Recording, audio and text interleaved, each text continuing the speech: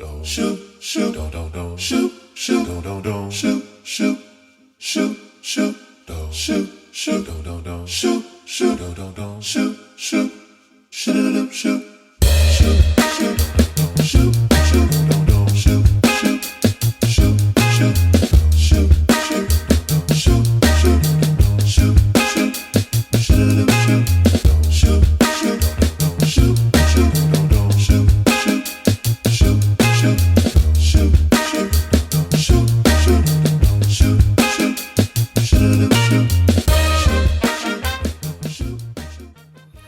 Bienvenidos a una nueva emisión de nuestro programa Un Café Con, aquí en Segundo Paso Cono Sur. En esta ocasión para compartir este café del cual les hablo, pero virtual, a la distancia, porque nuestro invitado está en Argentina, un colega, periodista, analista internacional, presidente de la COPLAC, Confederación Palestina Latinoamericana y del Caribe, diputado miembro del Consejo Nacional Palestino. Me refiero a Rafael Araya Masri, quien está con nosotros. Un abrazo fraterno, Rafael, y gracias por aceptar conversar con nosotros en estos minutos en Segundo Paso Cono Sur. Pablo, es un gusto, es un privilegio y es una alegría enorme, más allá de lo estrictamente periodístico, por la amistad, por la relación y por el compromiso que compartimos con aquellas causas que llevan a los pueblos a seguir luchando de manera permanente por su libertad y por sus derechos. Es un gusto, Pablo. Buenas noches. Muchas gracias, Rafa, por tus palabras. Y te quiero llevar de inmediato a la situación actual del pueblo palestino.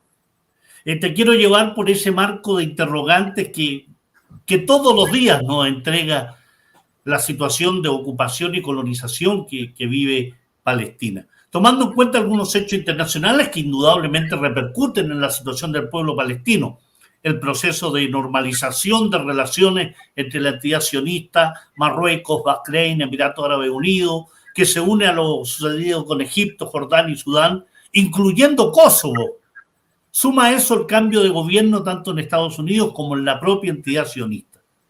En ese marco, Rafael, ¿ha significado algún elemento positivo los cambios en la administración en Washington y el régimen israelí? ¿Cuál es el camino a seguir tras el fracaso de los acuerdos de Oslo? Pablo, bueno, déjame tomar un sorbo de café para absorber tanta pregunta y disfrutarla, porque realmente es una pregunta que abarca muchas cosas, Pablo.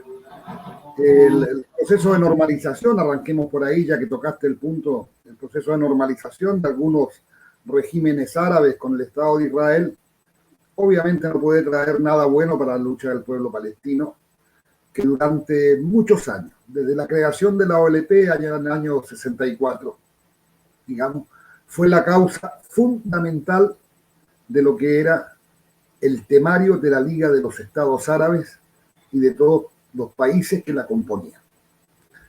Esto obviamente fue variando con el transcurso del tiempo y nos encontramos con todo un proceso de coerción política, de realineamiento, sobre todo posterior a la caída de la Unión Soviética, donde había muchos países árabes alineados con el gobierno soviético, y que después, por este proceso de cooptación de los Estados Unidos, después de la instauración del Estado de Israel en Palestina, comenzó, digamos, a profundizarse, comenzaron las provisiones de armas, vinieron las invasiones a Irak, donde el gobierno norteamericano instaló innumerables bases militares estadounidenses, tanto en Arabia Saudita como en Omán, como en los Emiratos, y que jugaron un rol fundamental a la hora de llevar adelante todo el proceso de agresión contra los países árabes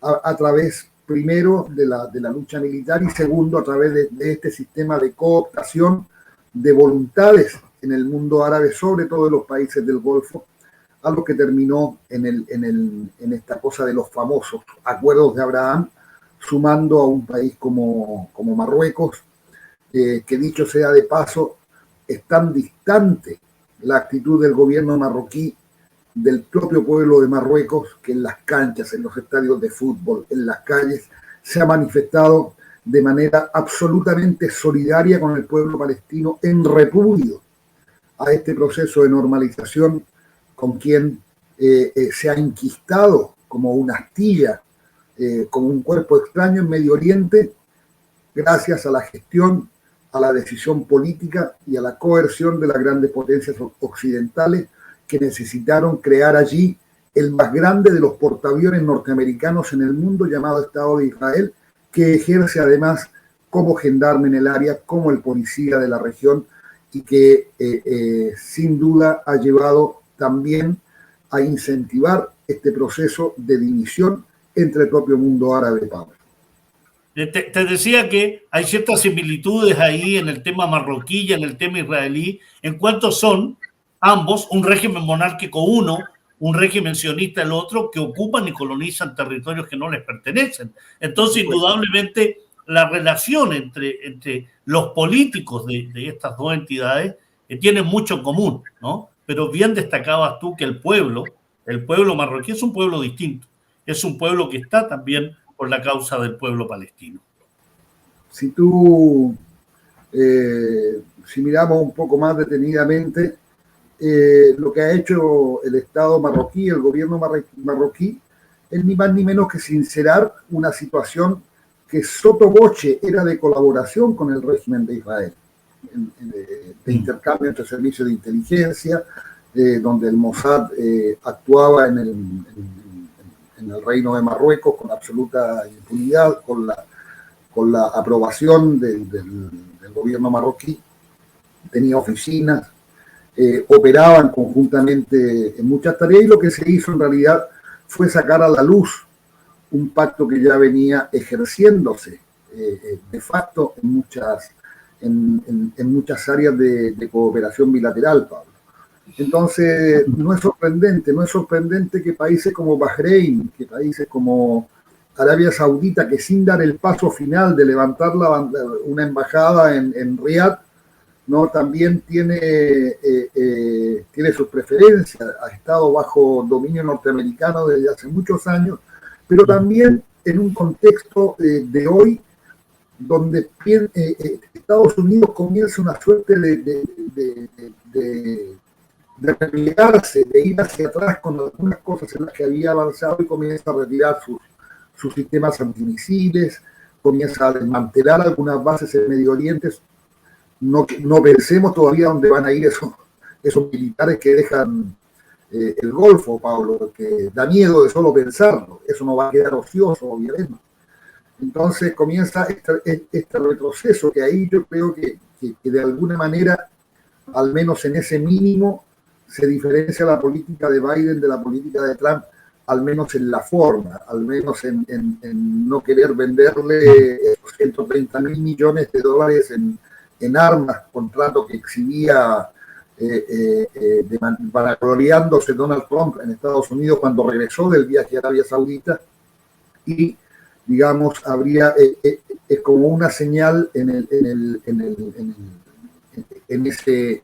esa parte del continente que va a redundar obviamente en el reforzamiento o en el rescate de lazos que nunca debieron haber sido rotos, tanto entre países árabes como países que no son árabes, pero como es la República Islámica de Irán, es decir, proceso de acercamiento donde los habitantes, los estados del Medio Oriente sean los dueños de los actos y de los procesos sociales, políticos y económicos del Medio Oriente, sin la injerencia imperial de los Estados Unidos y sin esa pasión por construir bases militares para estar siempre cercano a aquellos países que les incomodan, que no les gustan y cuyos regímenes deben ser derrocados desde su óptica y rescate de la doctrina Monroe, Pablo.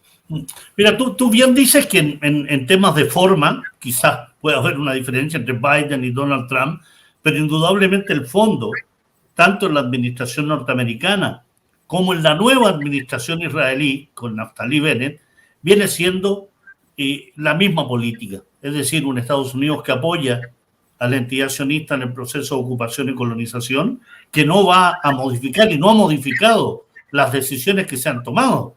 Por ejemplo, en el tema de la embajada de Tel Aviv Al-Quds, a Jerusalén. Es decir, en general se mantiene el fondo, Rafael, ¿no? Y eso indudablemente implica que ese portaaviones terrestre que es Israel va a seguir teniendo y contando con la complicidad y la impunidad de Estados Unidos. Eso pasa también, Pablo, no nos olvidemos que el poderoso lobby judío sionista que existe en los Estados Unidos impone también las reglas del juego de lo que es la política norteamericana hacia el Estado de Israel. Si tú te recuerdas lo que fue el primer discurso, la primera gira del presidente Obama, ¿a dónde fue? Fue a Egipto.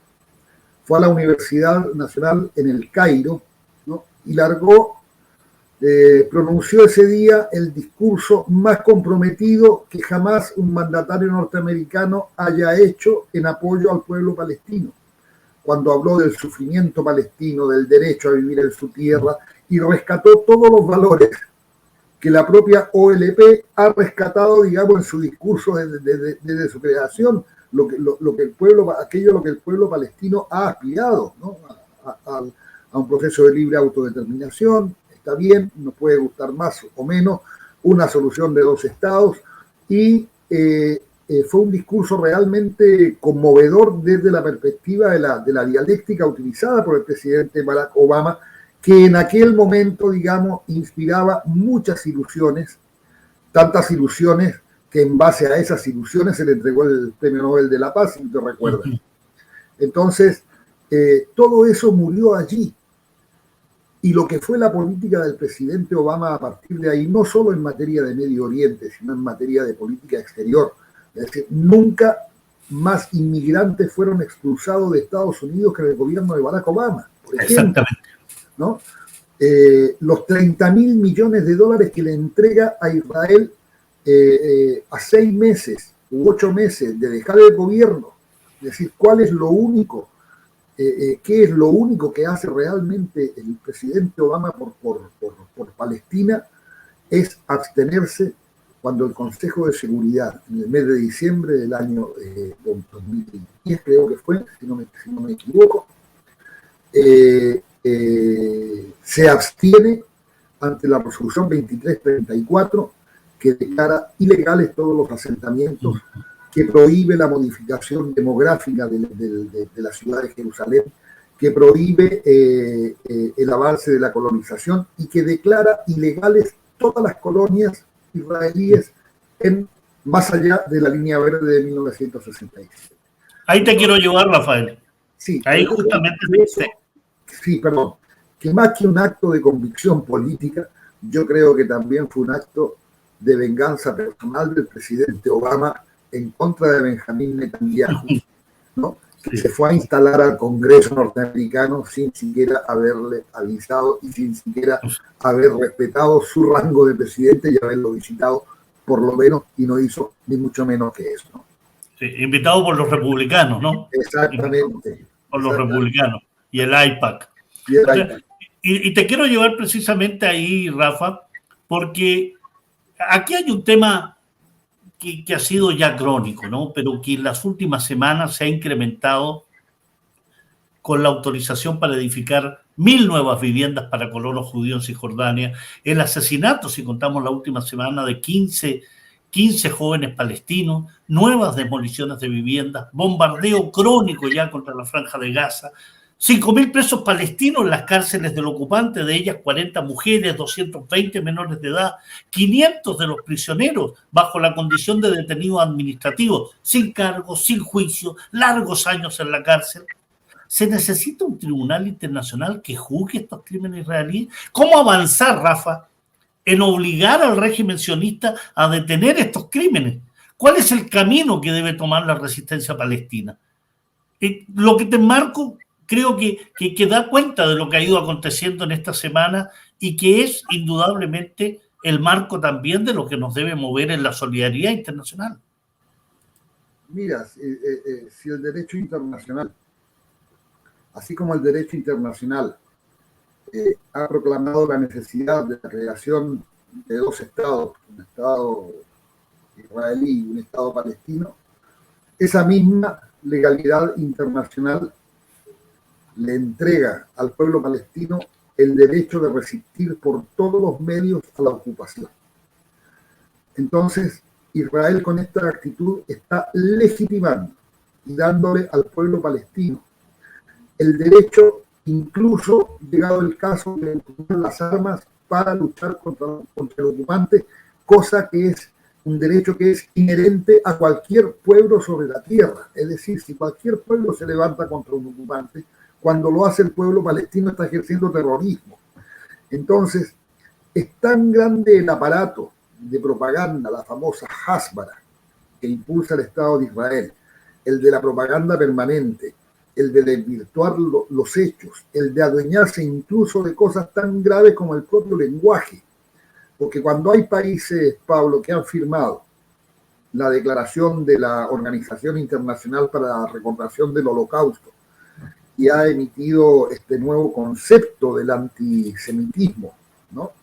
Que incluye incluso la crítica al Estado de Israel en determinadas condiciones, y que en este proyecto sionista de meter en la misma bolsa las ideas de israelí, sionista, judío y semita, digamos, es un éxito más para ellos lograr que países como hasta la propia Argentina adhieran a esta concepción del antisemitismo, cercenando directa o indirectamente el derecho a la libre expresión, a la crítica, digamos, y a censurar los actos que efectúa el Estado de Israel en violación de todas las normas del derecho internacional, en violación de las normas del Cuarto Convenio de Ginebra y en violación a todos los derechos humanos. Porque cuando tú hablas muy acertadamente de las herramientas que utiliza el Estado de Israel para encarcelar palestinos, ese famoso principio de la detención administrativa que no sabemos qué es simplemente el derecho de la autoridad militar a detener por 6 meses a una persona sin cargos, solamente por una sospecha, y a ser renovado según el humor del oficial a cargo.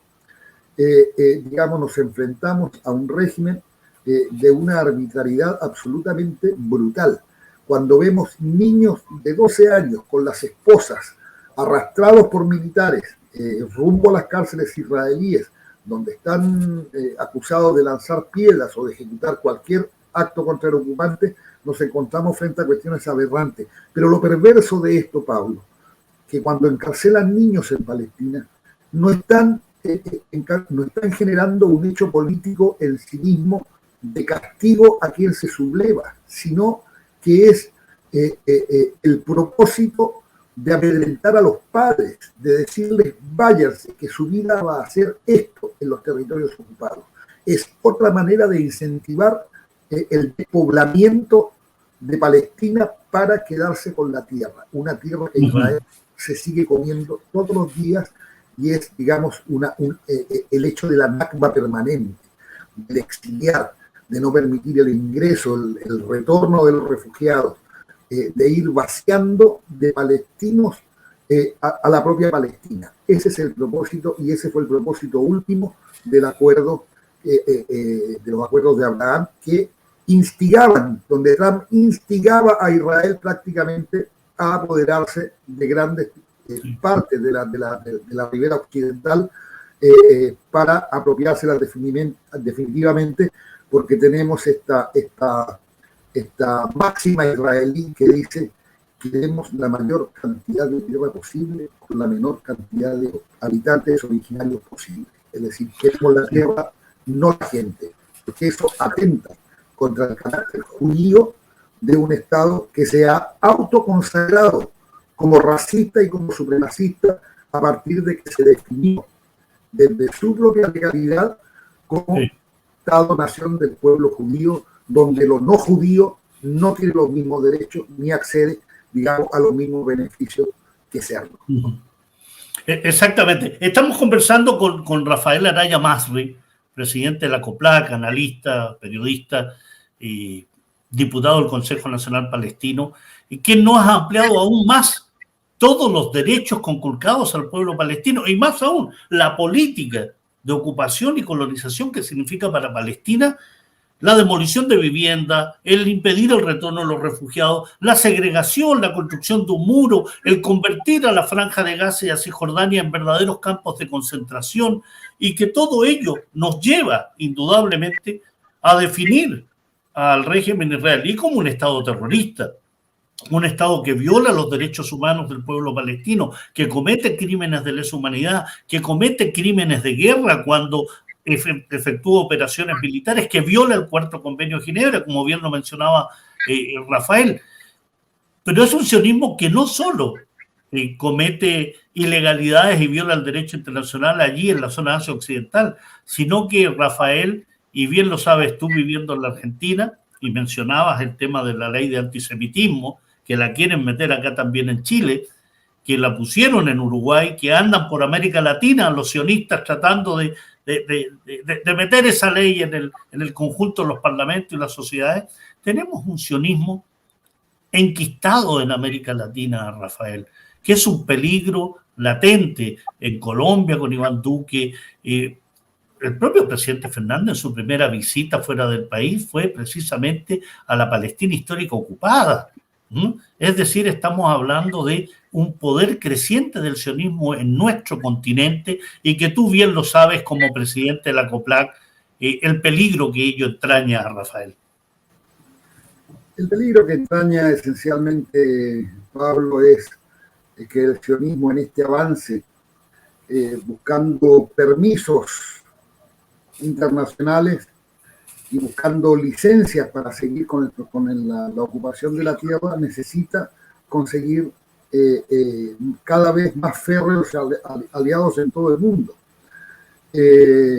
No fue grato ver al presidente Alberto Fernández en Tel Aviv, entendiendo que era una forma del gobierno argentino de entrar un poco por la puerta de atrás a los Estados Unidos para poder negociar los términos de la deuda heredada de Mauricio Macri, que los apoyos vinieran por ese lado, porque tú sabes que Mauricio Macri, siendo presidente, adquirió con el Fondo Monetario Internacional una deuda absolutamente impagable, al menos en el corto plazo. Nos encontramos con una enormidad de ejemplos que nos indican que claramente el poder del sionismo va cooptando determinadas cuestiones. Yo me acuerdo haber ido, por invitación del presidente Abbas, haber ido a Palestina en el año 2017, que estaba llegando el mismo día que yo, o el día antes, la fuerza de élite de la provincia de Buenos Aires a adiestrarse con la policía israelí.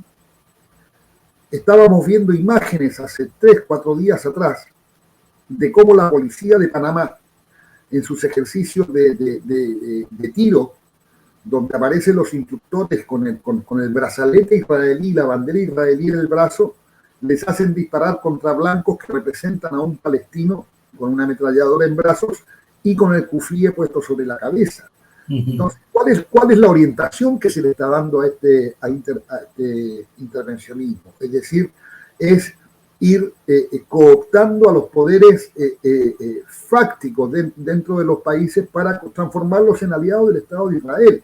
Es decir, yo no creo que Israel quiera crear, no creo en la tesis de que Israel quiere crear un segundo Estado de Israel, ni en la Patagonia Argentina, ni en Tailandia, ni en otros lados, pero sí creo que busca incidir sobre los factores de poder real en cada uno de los países para poder ganar influencia, ganar respaldo y blindarse de cualquiera que quiera que tenga la más remota idea de aplicar el derecho internacional en Palestina, Pablo. Es eso. Y además hacer negocio, Rafael, ¿no? Y además hacer negocio en la venta de armas. Obviamente, pero dejemos en claro un concepto. No hay nada más antisemita que el sionismo, Pablo. No hay nada más antisemita que el sionismo. Es decir, yo como una persona de origen palestino por parte de mis abuelos maternos, yo soy semita, porque acá la gran confusión que se intenta instalar, ¿no?, es que un concepto que tiene que ver con la raíz lingüística de 7 lenguas de la antigüedad y algunas que perduran hasta hoy, como el árabe y el hebreo, ¿no?, que vienen de la línea de Sem, le agregamos el jebuseo, le agregamos el arameo, eso es el semitismo en sí mismo. pero la idea de un antijudío que inventó este término de antisemita, bueno, hoy sirve a los intereses del sionismo, que quiere englobar en una sola idea lo que te decía recién: el judaísmo, el semitismo, el ciudadano israelí y ser judío. Cuando con nosotros acá en la Argentina, Pablo, militan decenas de compañeros judíos por la causa palestina que son profundamente antisionistas. Entonces el sionismo, en una cosa extremadamente rebuscada, les llama los judíos que se auto-odian. Sí, me parece un poco aplicado como concepto, ¿no?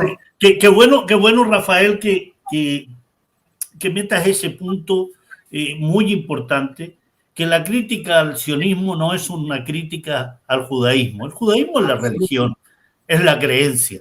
La crítica aquí está a la ideología política que le da el marco político, ideológico, a la ocupación y la colonización de un pueblo semita como es el pueblo palestino. Exactamente, porque no te olvides, Pablo, que el sionismo transformó a Dios en un agente inmobiliario y a la Biblia en un título de propiedad. Así es. Y subido a la espalda del judaísmo, inventó esta idea, este proyecto nacionalista, de carácter nacionalista, para crear un Estado judío en Palestina, que pudo haber sido en la Argentina, como decía el proyecto original de Theodor Herzl, en Judenstadt, en su libro Judenstadt, el Estado judío, o pudo haber sido en Uganda, a lo que se opusieron terminantemente los judíos provenientes de Rusia. Es decir, hoy Palestina, digamos, padece las consecuencias de un hecho tan catastrófico como fue el Holocausto en Europa, ¿no? Los platos rotos de ese Holocausto los está pagando el pueblo palestino sin comerla ni beberla, como decimos. Y está pagando no solo eso, Rafa, permíteme complementar tu idea correcta, también pagando los poderes hegemónicos que buscaban tener una punta de lanza en Asia Occidental, en plena época de importancia del petróleo, importancia de la zona que significarían oleoductos y gasoductos. O sea, aquí el pueblo palestino está pagando culpas ajenas e indudablemente aquellos que han posibilitado que la impunidad de los crímenes que comete Israel queden sin cargo, queden sin pagarse. Así que acuérdate lo que fue la guerra de Suez. Aquí no utilizó a Inglaterra como punta de lanza para atacar Egipto. Israel no ocupa, bueno, lo más grave hoy es la ocupación de Palestina, porque ahí hay un pueblo que no tiene patria. No tiene patria en el sentido de la patria geográfica. No nos olvidemos que Israel también ocupó los altos del Golán sirio, que sigue ocupado hasta el día de hoy, y la granja de Sheba en el Líbano. La península del Sinaí la devolvió después del proceso de la tregua en la guerra del 73, cuando se sentaron y terminaron restableciendo relaciones con Egipto, entre Anwar el Sadat y el primer ministro israelí, pero siguen ocupadas hasta el día de hoy la granja de Sheba en el Líbano y los altos del Golán, a quien Trump tuvo el descaro de reconocer como territorio israelí. ¿No? Sin duda. Rafa, estamos con Rafael Araya Masri, un amigo con quien compartimos indudablemente este apoyo, esta solidaridad, estas trincheras distintas que existen para apoyar al pueblo palestino. Con este Rafael, que bien nos lo ha dicho, ¿no? Nieto por parte de su abuela materna de palestino. Y no quiero terminar el programa sin preguntarte por un tema más personal, Rafael. Tú como descendientes de palestinos, con esta cercanía y con el pueblo y la tierra palestina, ¿cuál es tu sensación respecto a esta impunidad que se vive, a estos asesinatos diarios que se viven? ¿Cómo lo vives? ¿Cómo lo sientes? ¿Cómo lo siente alguien que tiene esta cercanía tan estrecha con el pueblo palestino? Mira, Pablo, yo lo que quiero decirte, primero que nada, como cuestión de fondo, mi opción por Palestina no es un asunto de sangre, es una cuestión ideológica, que pasa por profundas convicciones ideológicas anticoloniales y antiimperialistas. Es decir, tenemos muchos árabes, por decirlo así. Veamos lo que hablábamos al principio, países que han normalizado con Israel, es decir, donde los lazos de sangre y de hermandad entre los pueblos no corren. Entonces, mi lucha diaria, Pablo, mi lucha diaria de todos los días, de todas las mañanas, es no perder jamás la capacidad de asombro ante el dolor, ante la injusticia y ante la barbarie, en Palestina y en cualquier lugar donde se produzca. Porque yo creo que el internacionalismo, el asumir como propias las causas de liberación donde quiera que se estén produciendo, creo que pasa por convicciones profundamente humanas, de profunda solidaridad y de profundo y real amor por el prójimo, que todo prójimo tenga el derecho y ejerza el derecho a vivir en libertad, a vivir en paz y a vivir con la plena realización de sus anhelos. Por ahí pasa mi palestinidad, Pablo. Digamos, el tener la ascendencia palestina es una casualidad, que es una circunstancia aleatoria de la vida, si tú quieres, es mi origen y tengo profundo orgullo por él, pero más allá de eso y más esencial que eso es la opción, es la libre elección de adoptar la causa palestina como la causa de mi vida y como mi compromiso eterno con la causa de un pueblo que tiene los mismos derechos que cualquier otro pueblo sobre la tierra. Rafa, te agradezco enormemente esas últimas palabras, porque efectivamente la causa del pueblo palestino va más allá de la sangre, ¿verdad? Ese origen palestino es un tema ideológico, es un tema de humanidad, es un tema de solidaridad, es un tema que debe involucrar al conjunto de la humanidad, de no soportar, no aceptar la ocupación, la colonización de alguien, de otros, de una entidad, sobre todo un pueblo. Ni en el pueblo, contra el pueblo palestino, ni contra el pueblo saharaui, ni contra ningún pueblo, en lo absoluto. Así que en ese sentido creo que le has dado un broche meritorio, absolutamente, que comparto, Rafael, a esta media hora en que hemos estado conversando, que te agradezco enormemente. Sé de tu labor en la COPLAC, sé de tu labor como analista político internacional, así que agradecido, un abrazo fraterno y muchas gracias por haber compartido con nosotros, Rafael. Pablo, ha sido un honor y un privilegio compartir esta media hora contigo. Te agradezco infinitamente la invitación y te dejo todo mi afecto y mi mejor disposición para que cuando tú lo estimes conveniente volvamos a encontrarnos. Y qué bueno que se terminó porque se me estaba terminando el café también. Muchas gracias, Rafael. Muchas gracias. Pablo, hasta buenas noches. Gracias. Bueno, Rafael, soy presidente de la COPLAC, de la Confederación Palestina Latinoamericana y del Caribe, diputado miembro del Consejo Nacional Palestino, un analista, un colega, un hombre, como lo dijo, ¿no?, comprometido más allá de su sangre. Y eso es lo que buscamos, eso es lo que queremos, eso es lo que anhelamos, de que el conjunto de nuestra humanidad esté con el pueblo palestino en función de ser un pueblo palestino que está siendo violentado en sus derechos como pueblo, en sus derechos como una sociedad que desde el año 1948 vive sometida a una ocupación y colonización que viola toda la legislación internacional. Estuvimos con Rafael Araya Masri para profundizar en eso y será hasta una nueva misión de Un Café Con, aquí en Segundo Paso, Cono Sur. Un gran abrazo.